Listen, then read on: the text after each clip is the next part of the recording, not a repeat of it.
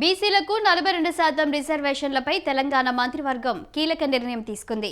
పంచాయతీల రిజర్వేషన్పై గత ప్రభుత్వం విధించిన పరిమితిని ఎత్తివేస్తూ జీవో జారీ చేయాలని నిర్ణయించింది.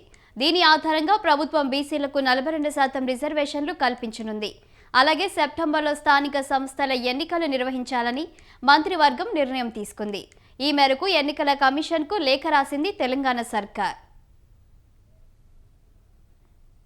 42% రిజర్వేషన్లకు సంబంధించి చిత్తశుద్ధిగా కామారెడ్డి డిక్లరేషన్ మొదలుకుంటే ఇంటింటా సర్వే చేసి సిపెప్ సర్వే చేసి సబ్ కమిటీ రివ్యూ చేసి దాని తదుపరి కేబినెట్ ఆమోదం పొంది సభలో చర్చకు పెట్టి అన్ని రాజకీయ పార్టీలు ఇంక్లూడింగ్ భారతీయ జనతా పార్టీతో సహా అందరూ కూడా 42% రిజర్వేషన్లకు ఆమోదింపజేసి దాన్ని గవర్నర్ గారికి పంపడము, గవర్నర్ గారి దగ్గర నుంచి రాష్ట్రపతి గారికి పంపడం కూడా జరిగింది. ఇది దాదాపు 4-5 నెలలు అయిపోతుంది. ఈ సందర్భంలో ఒకవైపు ఎన్నికల తేదీ తొందరగా ముగించాలి, సెప్టెంబర్ 30 లోపలని హైకోర్టు ఇస్తున్నటువంటి సూచన కావచ్చు, మేము గతంలో న్యాయపరంగా తీసుకున్నటువంటి నిర్ణయాలు అనేకం కూడా ఉన్నటువంటి పరిస్థితి కావచ్చు, లేదా సభ లోపల ఉన్నటువంటి అన్ని రాజకీయ పార్టీల మూడ్ ఆఫ్ ఎలక్షన్ కు సంబంధించినటువంటి అభిప్రాయం కావచ్చు, లేదా ఇటీవల మంత్రివర్గం ఉపసంఘంగా డిప్యూటీ చీఫ్ మినిస్టర్ గారికి మేమంతా కూడా కలిసి చాలా మంది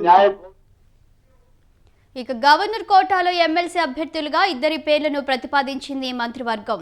కోదండరాం, అజారుద్దీన్ను గవర్నర్ కోటాలో ఎమ్మెల్సీ నియామకానికి పచ్చజెండా ఊపింది. జూబ్లీహిల్స్ ఉప ఎన్నిక బరిలో అజారుద్దీన్ పేరు బలంగా వినిపిస్తున్న నేపథ్యంలో ఆయన్ని ఎమ్మెల్సీగా ప్రతిపాదించడం వెనుక పెద్ద కసరత్తే జరిగినట్లు తెలుస్తుంది. మైనారిటీ కోటాలో అజహారుద్దీన్ను మంత్రివర్గంలోకి తీసుకునే యోచనలో రేవంత్ సర్కార్ ఉన్నట్లు తెలుస్తోంది.